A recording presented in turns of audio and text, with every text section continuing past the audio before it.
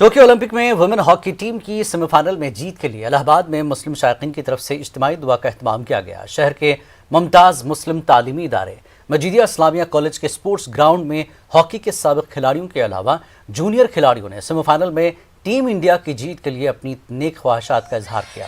इलाहाबाद में वाक़ north central railway से ताल्लुक़ रखने वाले गुरजीत कौर और निशा वारसी टोक्यो ओलंपिक में हिंदुस्तानी टीम का हिस्सा हैं। इज्तिमाई दुआ के बाद स्पोर्ट्स ग्राउंड में कौमी परचम लहराया गया और हॉकी टीम की पुरजोश तरीके से हौसला अफजाई की गई। तरह से कर रहे हैं कि हमारी टीम इंडिया महिलाओं की टीम सेमीफाइनल में है। इससे हमें पूरी उम्मीद है कि ये गोल्ड मेडल लाएगी। प्लस पुरुषों की टीम जो है थर्ड प्लेस के लिए कल फाइट करेगी। हमारी दुआएं, हम सब लोगों की दुआएं उनके साथ भी है कि दो तरह का महिलाएं भी मेडल लेके गोल्ड मेडल लेके आए, उनके लिए दुआ है। और हमारा पुरुष टीम के लिए ब्रॉन्ज मेडल के लिए उम्मीद कर रहे हैं और दुआ कर रहे हैं, हिम्मत दिला रहे हैं। भारत आज एक इतिहास रचने जा रहा है।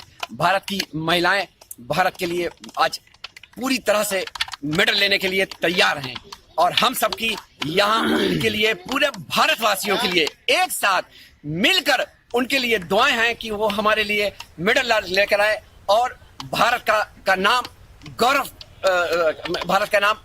करें। टोक्यो ओलंपिक्स में हिंदुस्तानी पहलवान रवि दहिया की